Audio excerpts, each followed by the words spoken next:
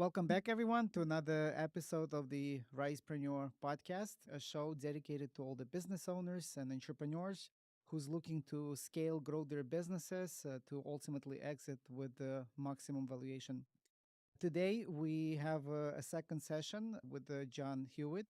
He is the CEO of the Loyalty Brands, also a franchise expert with over 5 decades of experience between three companies, opened over 10,000 locations. So, we will be picking his brain on how to actually get started with franchise location. John, say hi so we can begin. My pleasure to be here. Thanks for having me. Awesome. John, last time, one of the things that stood out, and the reason why we're having the second session is you said that one of the things you regretted that you did not start with franchise model right away. Let's say I'm a business owner. I have an idea. Maybe I'm already working on that idea. It's profitable idea. I maybe have a couple of teammates that helping me with the operations. So the idea is possibly good for franchising instead of growing through a natural growth, opening additional locations or through merger acquisitions. Exploring the franchise model would be today's deep dive. How do you decide if the business model that you have has the characteristics to actually go and approach the franchising world? My first answer is if you're thinking of franchising, don't. Just don't. Because Okay. And then I'm going to ask you, I'm going to answer the full, but the key word is just don't. Do now. Most franchisors fail. There are, each year, there are 4,000 franchisors in the United States. And over the last decade, four or 500 have joined every year. And 10 years later, there were 4,000 10 years ago, and there's 4,000 today. So 4,000 have held, 4 or 5,000 have held in the last 10 years. So here's the problem that you have to overcome. And it's not in business model. It's in this, it's in the mom and pop who's thinking about it. mm, So what I've seen happen is, and I've counseled with hundreds of franchisors. And what happens is you get this very successful mom and pop. And for example, let's say they have a lobster world franchise or lobster trucks, and they're selling out every incredible, and it's making money hand over fist. And they have even two, three, four, five trucks, and they're making hundreds of thousands of dollars a year.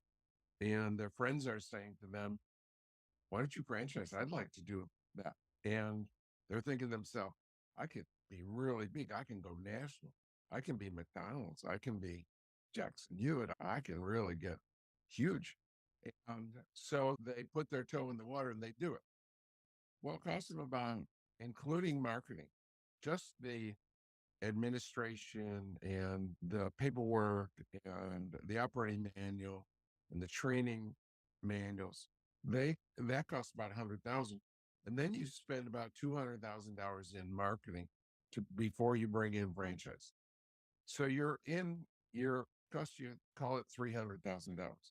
The mom and pop, he doesn't have typically have $300,000 sitting around, and or he's not making money for years. You don't just start making money the first year or the first month. You have to hire people. And so you have the startup period. The first problem is their first major problem is he doesn't have the time to do both. He doesn't have time to run his business and be a franchisor or CEO. So since his livelihood, he has children, he has a family, he's supporting his franchise or his mom and pop in order to pay the bills for the franchise. So first problem is he's diluted. If he can overcome that problem, and the next problem is he's not meant to be a CEO of a franchise organization. It's a different skill set. It's one thing to have employees that you can tell what to do. And I need you there at 8 a.m. to 6 p.m. One thing to have employees that you can it's another to have an independent owner partner slash entrepreneur who's who's your partner, but he also is new to you. Usually you don't know him, and you're trying to form this new alliance. And it requires a special skill to deal with other entrepreneurs and get their loyalty and their cooperation. It's different with an employee. Employees feel owned, and franchisees do not feel owned at all. They feel independent, never. They res- they resist your control. So you have to overcome those two problems. And most people can't do that. They either can't have a foot in each camp and manage both, or if they can even get enough time to manage the franchise, they're just not good at it. They're used to being control freaks.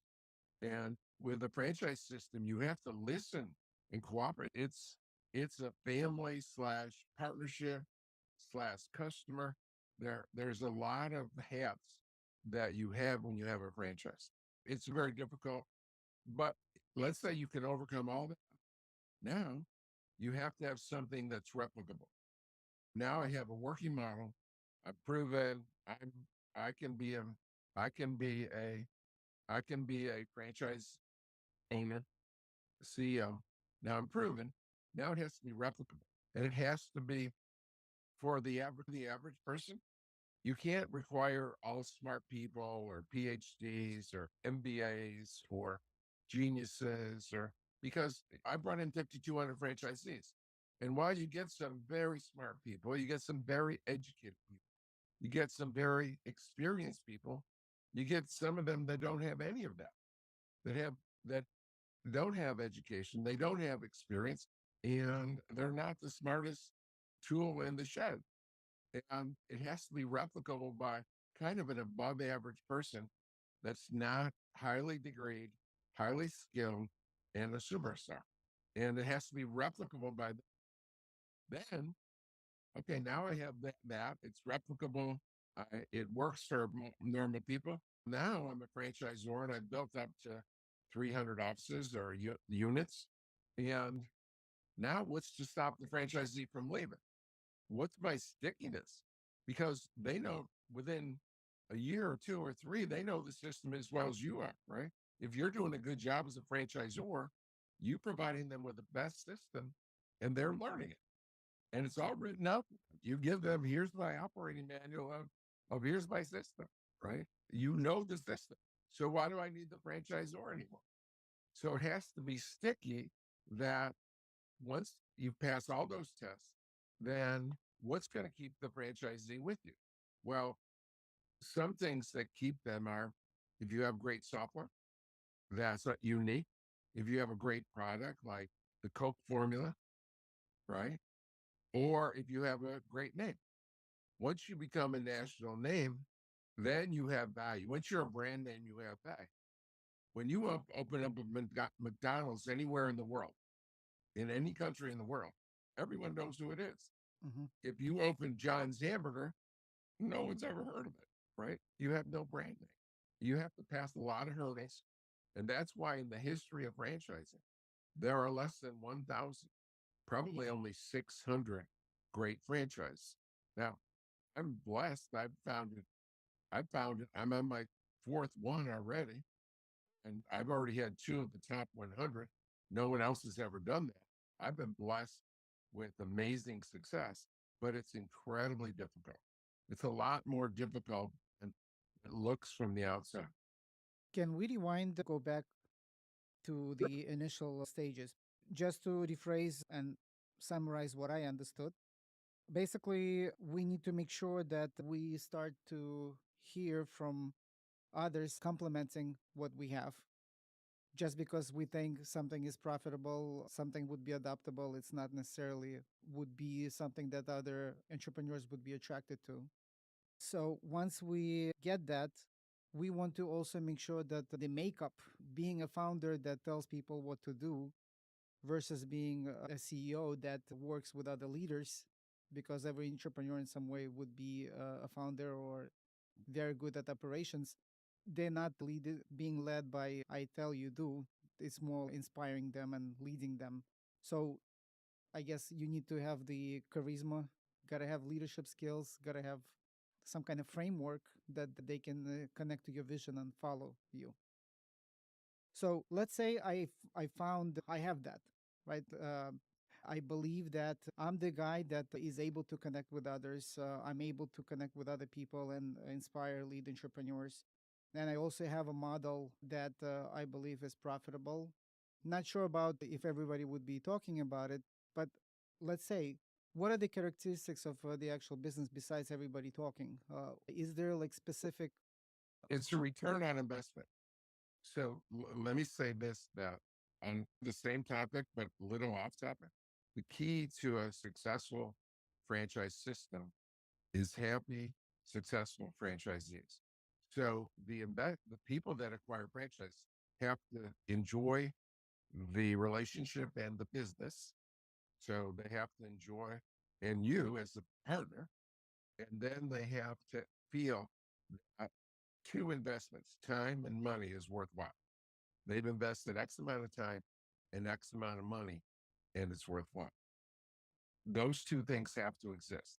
If you have happy, successful franchisees, you're going to grow like wildfire. If you don't, you're going to flop very quick. It comes down to, are those people that join you happy and successful? It has to be both. There are some people that are happy even if they're losing money, believe it or not. It's hard to believe, but I've had thousands of franchisees, and some people, you try to push them out and you need somewhere else to go be extraordinary. No, I like it. I love it. I'm going to change. I'm going to start listening to you, John. So some people don't require a return on their investment, but you have to have it in order to grow rapidly. Is it because I don't want to assume that every listener is aware. Is it because when we sign up to be a franchisee, we basically sign up for a specific time block in time to be under that umbrella, and at the same time, while we're under that umbrella, we pay royalty, and that's an expense, right? So by Huh? when the expiration time comes, it's very important for us if they're happy with investing time and money, they will renew the franchise agreement and continue to pay royalties. It's not just the renewal, it's they need to return. And when you have a franchise system, you have to give every potential franchisee a list of every existing franchisee and anyone that's ever left. So you have to give them the name and phone number and email address and mailing address of anyone that ever was a franchise. And the smart people looking at a franchise system are going to call those people and say, how did you like it? Would you do it again? Biggest question is, would you do it all over again? And if they don't give positive answers, you can't bring in new franchisees. So it's not just whether they renew, because that's 5 or 10 years from now, Hmm. right? It's what's going to happen this year when someone calls them up and they say, how you like it? I hate it, right? If you get a bunch of I hate it's, then you can never celebrate. Bring in a new franchise. Makes sense. Interesting. You mentioned that we're going to need some funds, 100K for operational manuals, training materials, systems. You will need a couple of hundred for marketing, branding, and so on. So, how do you work on getting the funding? Like, what would be the approach there to if you don't have those funds necessarily allocated? How did you do it? Did you like right away go for the investors? Did you try That's to get a loan? it. Exactly. In all of my companies, I went out to friends and family, and then some of them would bring in their friends or family. And I started Jackson Hewitt. That was a different world back in 1982. I only needed $129,000. I raised it from a dozen people that were friends and family. And then when I started Liberty in 1998, we invested $3 million. So both companies became worth over $500 million. So I founded two public companies that were worth half a billion, and one went on to become $1 billion company with less than 10 million in investment. But yeah, it's too early at the beginning to give away part of your company to a private equity or a venture capitalist in there. Even if you could find them, you need to see if you can raise the if you can't convince some of your friends and relatives and customers and vendors and to invest, you probably don't have anything worthwhile. Yeah. So it goes back to return on investment, creating that pitch deck. People need to be convinced that you have a winning model for them to get you serious and actually invest. And in your book, you also mentioned that one of the mistakes was done previously, that giving away the ownership to the point where you did not have controlling interest of the company. Can you elaborate a little on that? Is that the same reason? Because when you go to early to prematurely, you're going to have to give away most of your Well, company and then, yeah, right. What I did in the after I learned that lesson from the first time, even though I had a minority of stock, I had a super stock that enabled me to elect one more director than all the other investors. So my stock, so even though I didn't have majority of the ownership, more than 50%, I had control of the company. The first time, yeah, what happens is in both my first two companies, I guess all, including loyalty, my third company, we took we took venture capital. And what happens with venture capital is they have typically a 5-year window of investment. And me as a quality entrepreneur, I have a long-term view. I'm never thinking, worrying about too much about tomorrow. I'm thinking about 3 years, 5 years, 7 years out. I want this to be a great company, not just exist for another day. So when they invest today, we both are thinking 5 years plus. Every year that passes, they're thinking less, shorter and shorter term. So by the time they're in for 3, 4, 5 years, they have a total different agenda. yeah. They're thinking of getting out. And so you have a coach. And so if there's a disruption, either you screw something up internally or something happens externally, then you have a fight because they immediately with in venture capital or private equity, if there's a problem with the company, first solution is 100% of the time is we need a new CEO. He's not meant to grow a company. Agree. He can't grow a company. It's the CEO's fault. He's the founder. Founders 98% of the time need to be replaced, right? Even Steve Jobs was replaced from Apple, right? So believe it or not, the founders need to be replaced. It's just venture capital 101.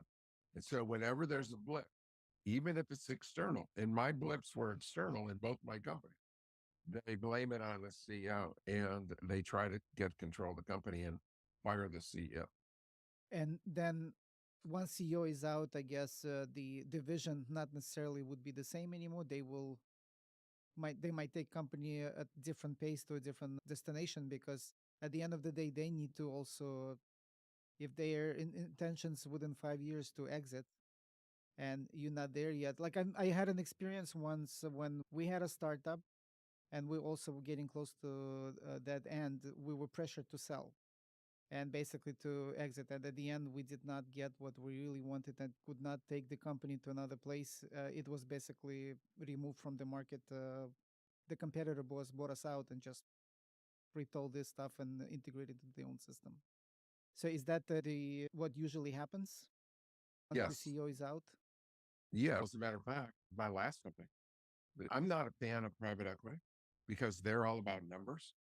And if the company's big enough, if you're McDonald's or if you're H&R Block or if you're a Fortune 500 company, and you can run it more by the numbers.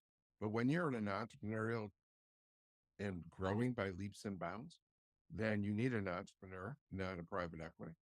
So in my last company, that it took them 5 years and they bankrupted the company. They bankrupted Liberty Tax. They went from 4,000 locations. They lost 40% of their locations down to 2,400. Wow. And last July, they bankrupted the company because they ran it by the numbers and they were not happy. As a matter of fact, it was laughable beyond belief. when you walked into my corporate headquarters at Liberty Tech, and big letters on the wall. And because we had franchisees visiting all the time, and my employees were coming in every day, right? Happy, successful franchisees on the wall, big letter. First thing you looked at, right? You looked at a wall that said happy, successful franchisee. Within 30 days of me leaving, they whitewashed the wall. They didn't care. And they wanted happy, successful private equity, Investors. Yeah. right? Investors. And big mistake. And they ruined my company. Reminds me of that hot dog stand story you shared in Oh, your book. sorry, Jim's Hot Dog in down near Lake Erie and south of Buffalo. Yeah. Doesn't I hurt gotta tell the to story share. now, Yeah, right? people do not know. Yeah, go Yeah. ahead, please tell.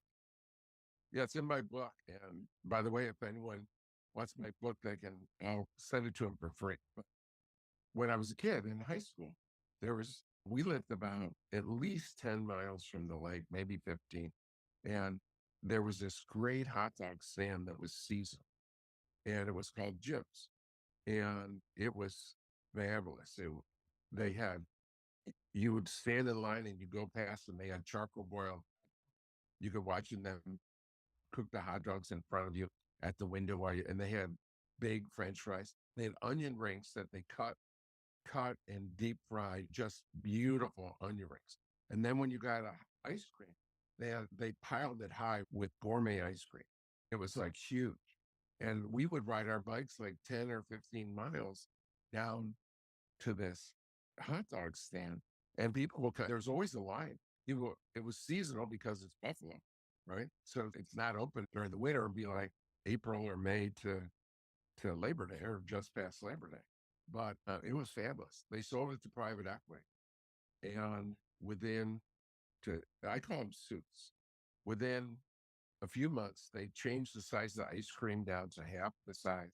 They had frozen onion rings. The French fries were smaller. They the less quality hot dog. Yeah, raised the prices, and it was bankrupt within 1 year. This was a fabulous, standing line only, wonderful little restaurant down by Lake Erie, and they ruined it because they were all about making money, not about serving customers. And like you said, happy franchisees. In their Right? case, they thought if they have the customer base, you can do pretty much anything you want and monetize that. But only to Yeah, find out that you chased everybody out. yeah. They looked at it and they probably said to themselves, "Boy, they're leaving money at the table." Hmm. I mean, we could get instead of this was in the '60s, so instead of getting 15 cents for an ice cream, we can get 25 cents. And so they raised the price of the ice cream and gave lower quality ice cream and less size cone. So, I mean, we just stopped going there. That kind of also gives me an awareness here too. So once you have a model that works and you hear people satisfied and you have lines of people trying to get to you, get your service, with scaling and expansion, don't get carried away, not to allow something to come in and basically chase everybody out because now the quality went lower or some other aspect was adjusted that now it's not no longer to satisfaction of the customers. Yeah. And the smart guy in the private equity is the guy in the suit that's sitting in Boston or New York, right? He's going to put a manager in that location, and he's not necessarily a smart, good operator. So he's not attuned to the pulse of the customer like an entrepreneur. I love one of my companies, ATAX. One of the differentiators is that there are 4 busy weeks during the tax season. And during those 4 weeks, I love driving by, especially in some place cold like Buffalo, love driving by a H&R Block office at 8:45 in the morning and seeing customers standing outside and preparers already sitting at their desk, lights on, fooling around. But because they're like a bank, they don't open until 9 o'clock. But our franchisees at ATAX, we're open. They're an entrepreneur. In my career, only 2 or 3% of the people, and I get great people, only 2 or 3% act like owners. But 95 or 98% of my franchisees act like owners. Mm. We're going to outwork and out. That's our competitive advantage is that entrepreneur is going to outwork, out hustle, outperform the company store right across the street. And it's a neighbor in all my markets. It's neighborhood by neighborhood. You got to win the neighborhood. And I love it. I usually get to face a company employee, and my guy's always going to outwork him. Yeah, they're making it easy, easier. Right. Thank you. Yes. Thank you, H. I feel for the tax business. I feel like the thank you card to HR Block, if not every day, every week. John, you said that majority of founders, majority of franchise does not make it because of the founders. So if the founder is just great at leading his teammates to sell the product, not necessarily engage other entrepreneurs to follow, would you bring somebody from outside, or that would Absolutely. be? Yep. But then that's Yeah. another. You gotta then somehow convince and share the vision. Yeah. Think of it. And most people are familiar with, mostly familiar. I guess the McDonald's story is so old, Yeah, young people today don't really know. So I'll tell a quick story about McDonald's, right? There was a guy named Ray Kroc. I believe he was 56 years old. And he sold mixers for milkshake and around the country. And he saw this, and they invented, while he was there in the 50s, they used to only have a single mixer. And then they invented like a quadruple mixer. You had four mixers on one machine or something, three or four. And he noticed that this one location in Los Angeles was ordering a whole bunch of mixer. And he said, wow, I got to go there. And so he went there and he saw the gyms of hamburger, right? Standing line only, incredibly busy. And it was the McDonald brothers.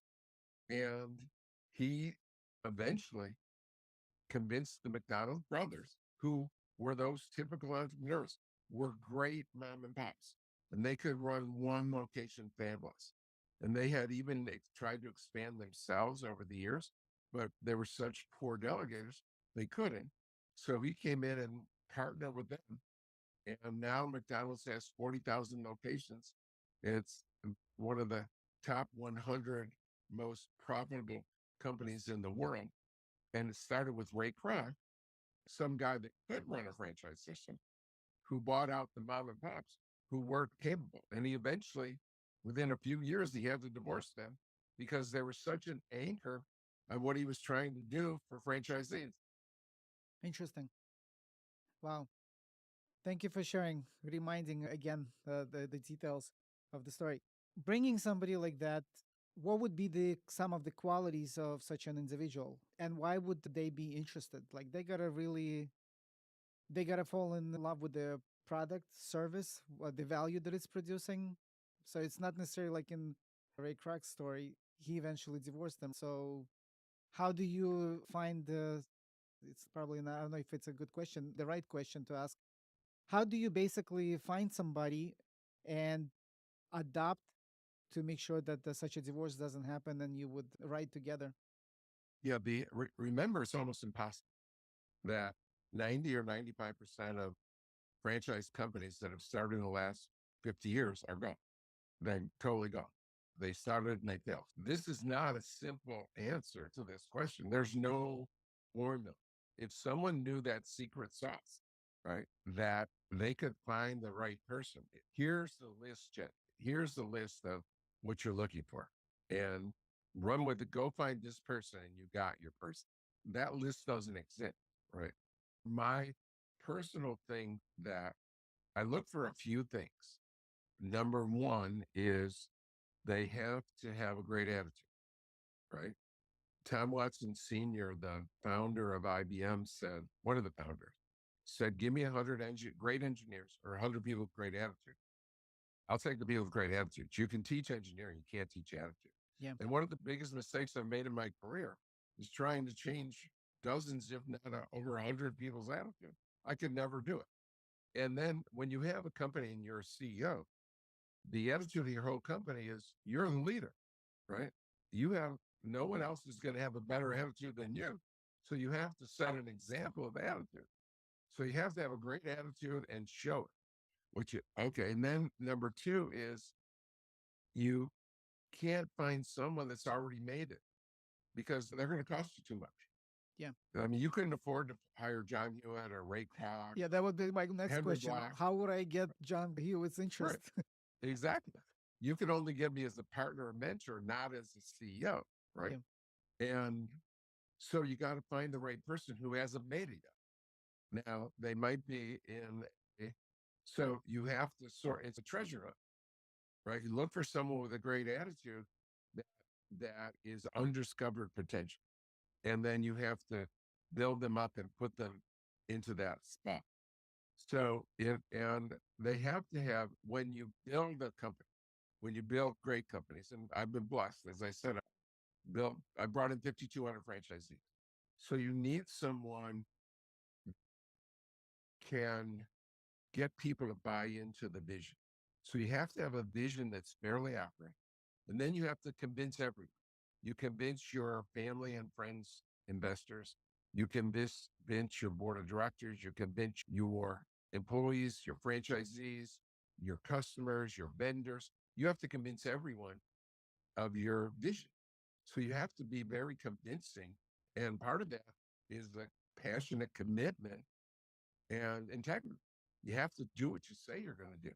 So you have to find someone that can be convincing, has integrity. And integrity, I learned simple definition of integrity and honesty. Honesty is the past, integrity is the future. So honesty is if you and I talk and we talk about something that happened yesterday or last year or 5 years ago, then that's honest. Integrity, which is that's more common than integrity. Integrity is if I say I'm going to accomplish something by 6 months from now, that I am passionately, I'm just fanatic committed Obsessed. to achieve that. And most people, especially great salespeople or politicians, they have no commitment. Have you ever seen a politician that did what he said? Great salespeople sell by painting a picture that's never going to happen. So you need to have integrity and communication skills. I'm not a great communicator normally, but I am a great communicator in convincing people into believing in my vision. So I have integrity. I can convince people of my vision, and I always hire for attitude more than skill. And then you got to find someone who, in this case, you have to find someone that isn't too expensive for you. That already because you can't on day one, you can't pay someone two, three, $400,000 a year. Now you had it was only going to cost you 300,000. But if I'm paying someone 300,000 plus travel and entertainment and payroll taxes, and it's going to cost me it's going to cost me 600,000 instead of 300. It's a very difficult task. It probably would be even better if you find someone who's not driven necessarily by money. They're already like all settled, and they would just believe in the vision and the future potential value that it's going to bring. Basically, they would tap into that integrity.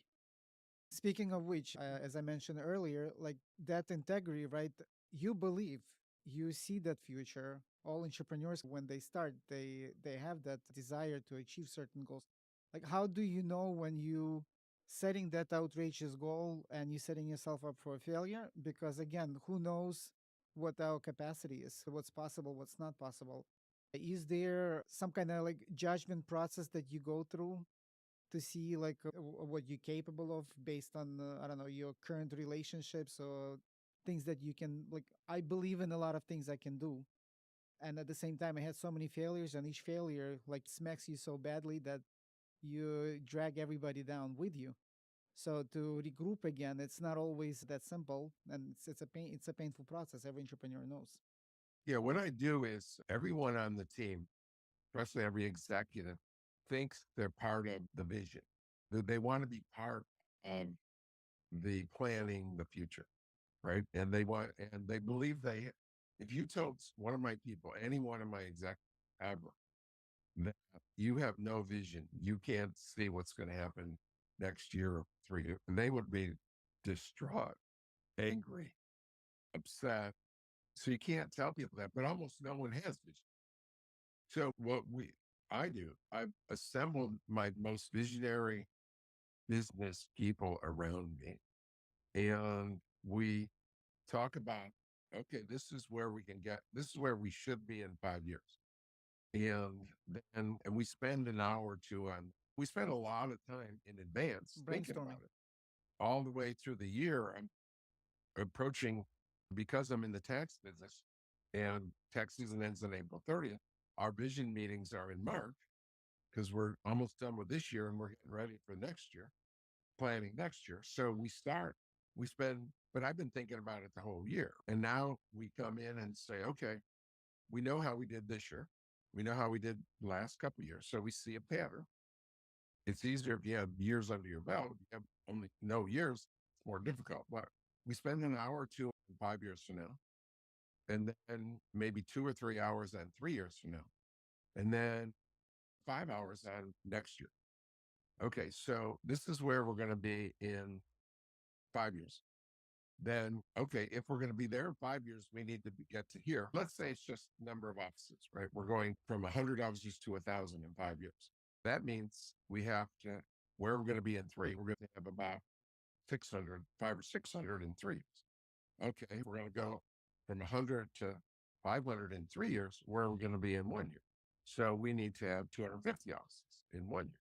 And then everyone on the team, so we come up with that vision back down to 1 year, spend most of the time on that.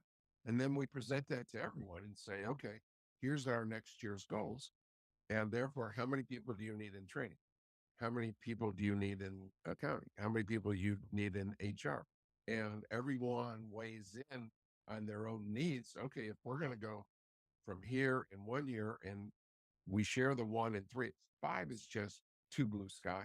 Never happens. Although when I raised money, I was surprised that at Liberty, I went to the bank and got a line of credit. And 5 years later, I gave them a 5 year plan. 5 years later, they came back to me and said, well, you met your 5 year plan. So that's Wow. pretty rare, right? And almost no one does So much change in the business. Basically, you reverse engineer, and the closest milestone, more or less a year, because you're planning for the year.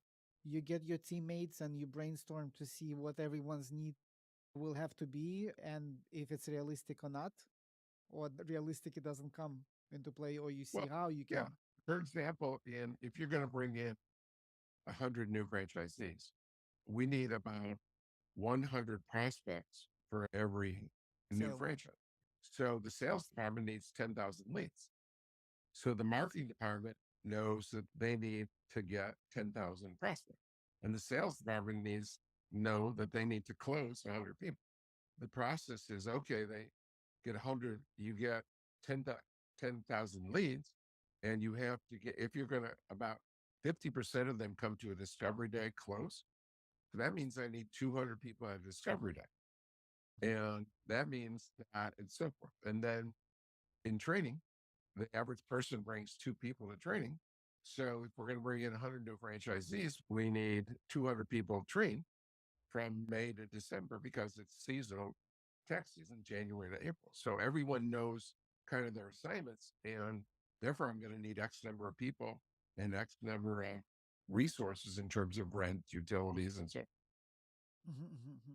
When you just started, and you already shared that you started with multiple locations instantly. If somebody starts with one or two locations and they don't have that team and all these resources in place, did you have a mentor, certain books you read? Like, how would you recommend somebody right now who's getting started to understand who you're going to need as resources in terms of processes and technology and so on?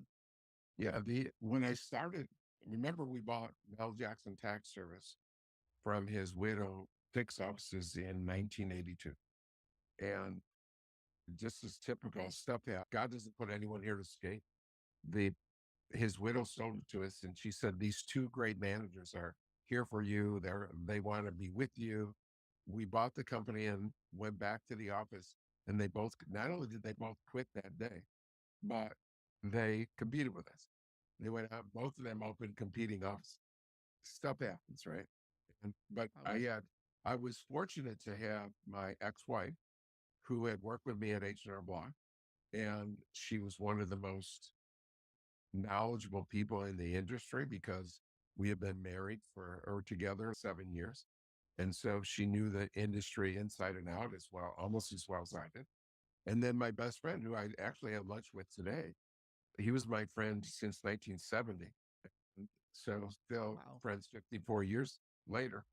But he was on the board of directors and he had worked. I got him a job at H&R Block. So he knew he was a good H&R Block manager with about 20 stores up in Albany, New York area. So he managed a couple hundred people. He knew the industry. He was on the, so I had two advisors immediately and my ex-wife was working with me in the stores in the Mel Jackson slash Jackson Hewitt location. So I had two people that, and my dad was a CFO of a public company, and he had helped me write the first tax software for an Apple computer. So my dad was a consultant. He didn't really know the retail part of the business, but he's a CFO of a public companies, talented guy. So Yeah. I had a few handful of people, but back then we only had 6 O's. Yeah. You need, as you get to six, you don't need many people. When you start getting to hundreds, then you need more and more quality people. Then the cash flow hopefully also supports, even though you also shared in the book that there was at once, it's not always on the upscale trend, right? Cash flow issues, pressure, shutting down stores. It was happening. That's also, I don't know. I guess it's Yeah, another we setback. almost at Jackson Hewitt, we almost went bankrupt twice. Once it was my fault. Once it was the IRS's fault. The IRS destroyed the industry in 1995. But in 1988, we overexpanded and almost went bankrupt. But we would have come out of bankruptcy and grown just a little bit blip and slower. It wouldn't have shut down the company. But it would have taken us we would have tightened our belt and gone and we'd already shut down stores and stopped growing as quickly for that year. But then we just recovered and got right back on track the next year. Did it affect your attitude at all? With getting that close? No, I've always had a great attitude. You know, when I was a kid, I remember when I was in third grade, I saw disabled kids. And I said to myself, it just dawned on me like an epiphany. Wow, I could be blind or crippled or deaf or anything. And I'm healthy and alive. And I've never had a bad day since because I'm just part of believing in God is being grateful for your blessings. So I've no, I've gone through some very dark, black, horrific things in my career where I've been eviscerated by the press and my internal competition. Never from external. I've never been hurt from external competition, only from Within you? within. But it never had, never went to sleep unhappy. I'm just always so grateful for, I can't even convince my 6 children that to be alive and healthy and living in the United States, you're in the 1% most fortunate people in the world. Yeah. And they whine about every little thing. Get over it. Count your blessings. Yes. It's our culture right now, the way things are. Yeah, I can totally relate because we came from former USSR, communism. Whatever's going on right now with America and the trend that our youth is taking, it's not the same as my parents, baby boomers, and our generation. No, I didn't tell you last time, but I'm a quarter Russian. My grandfather is 100% Russian and he escaped in the 40s Wow. from, After the war? no, before. Before the war? So Wow. maybe the late 30s. It was probably the late 30s. He escaped from Russia. This is crazy. Wow. What a So that's one one reason decision. I believe I'm a good chess player because of it. You got It's that a Russian Russia. blood. It used to be dominated by Russians. Yes, yes. Yeah. Wow. Interesting how one decision completely changed the trajectory of what Right. the There are outcomes. 10, in the tax preparation industry, there are 10,000 offices because John Hewitt, Henry Block, there's only been two successful national companies or national founders. I'm on my third time. Henry Block just did it once with 9,000 offices. My offices have now over 10,000 offices. And that wouldn't have existed. Wow. That's your from your father's side, Yes. and My your father's father father. helped you develop the make it digital, right? So Yeah. in Russia, I don't think they would let you. I don't think it No, would be. I don't. Yeah, you can't be history would be but different now. Couldn't be an entrepreneur back in 1982. Crazy. Wow. Can just dwell on that and it's a wow. John, can we go back to okay, operations within a business? We got it to a point where it's scaled, it's profitable. Now we have advisors, we planning.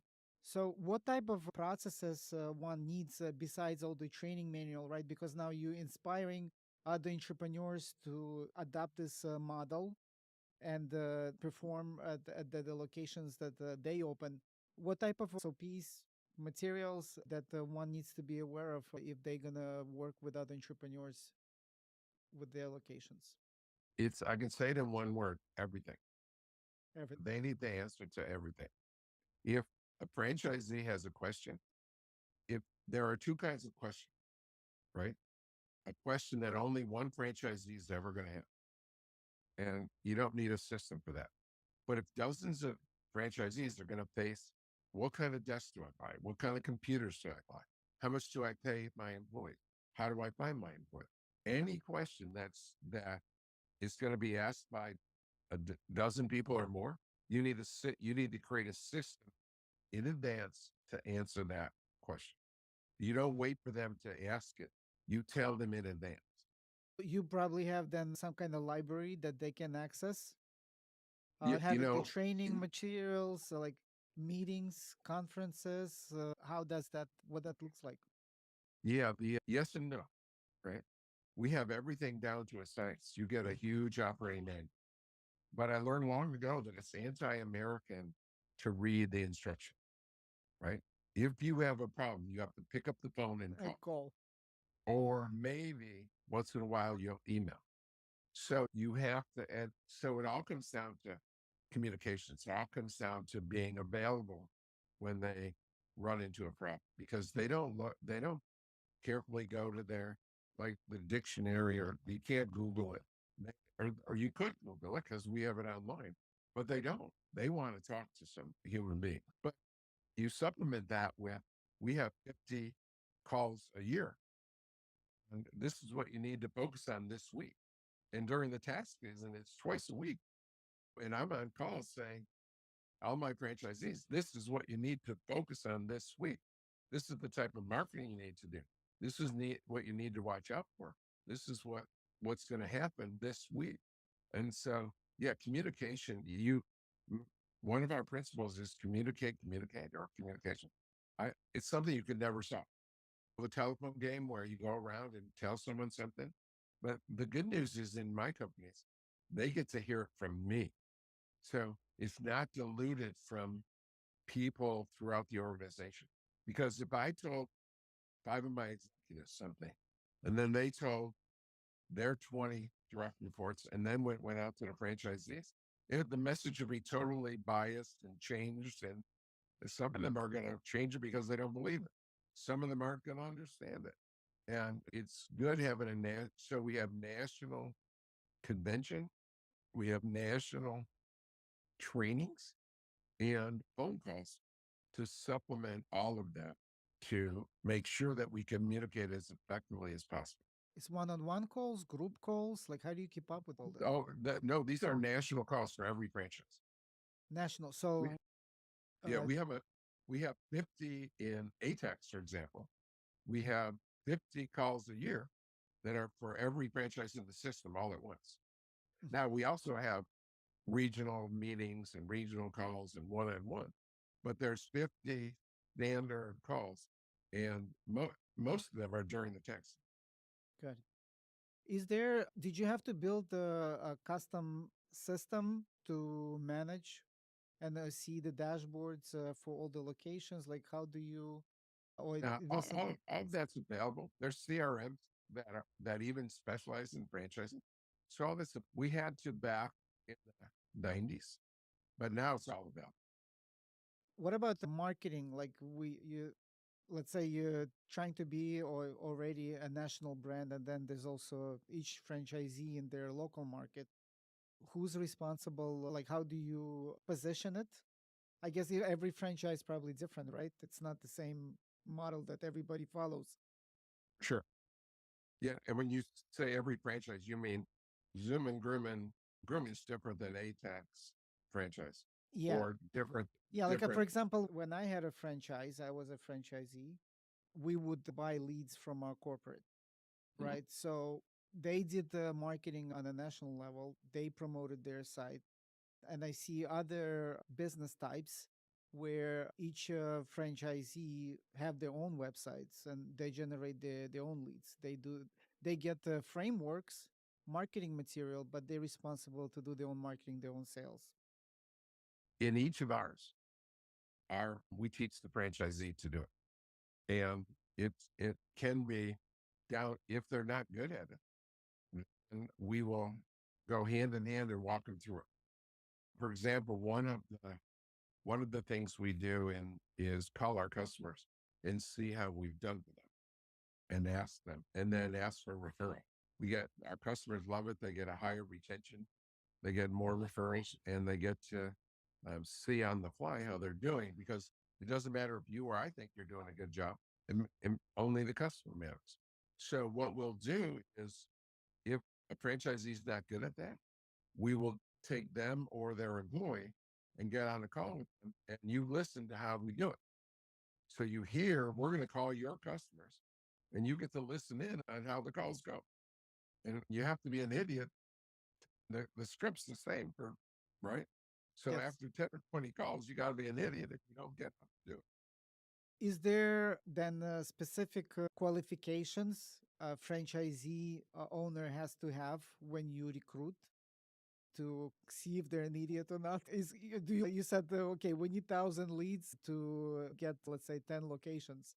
Do you like, how do you qualify them basically? It's not only for Yeah, I them to wish agree, you also need to agree as a franchisor. Do you want to work with such individual? I wish there was some qualification that I could just say, okay, check a box, yes or no. But the single quality that differentiates winners from losers, successes to failures, isn't how smart they are, isn't how educated, isn't how experienced. My job is to give you the best system on the planet for this industry. I've been doing that. This is my 55th tax year. So I've completed 54 years. In a week from today, I'm completed 55 years, right? I'm going to give you the best system in the industry. What's your job? Your job is to follow that system, Follow follow the that. system. Now, of the 5,200 franchisees that I brought in, not one has ever listened 100%. Not one, zero. Now, they all tell me they're going to listen. And I've learned long ago not to believe them.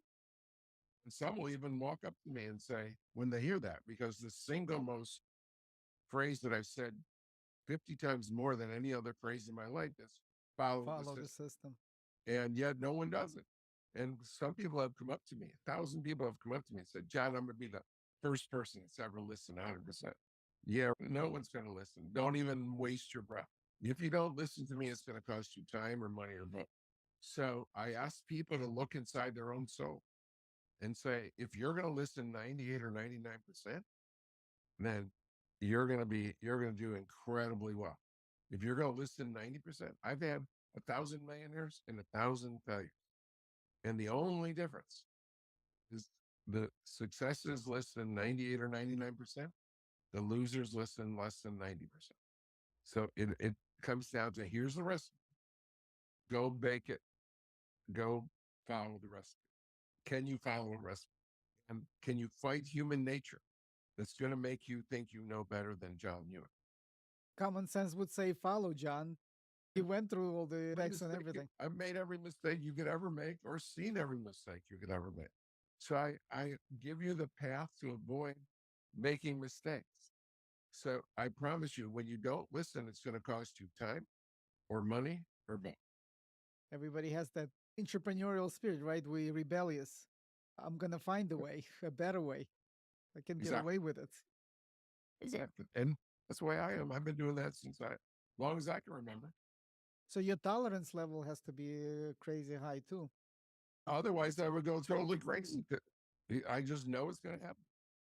Finding that balance. Interesting. So It's the same with children. I know you have 7 children, yeah, that and your children, right? How many of them listen 100%? none. Exactly. The older they get, And the less compliant they are. I think I think of my franchisees as children. Wow, that's a good perspective. So, John, did you have to have those hard conversations and actually shut down? Absolutely. Shut down not because of cash flow issues and so on, but shut down because the performance is just not to your standards. Absolutely. The As a franchisee in my system, whoever, whichever franchise offers the worst service, that's going to lower the national brand quality. We're required to police the system to ensure that if if a franchisee is underperforming and not treating customers well, I can live with them not making money for a while.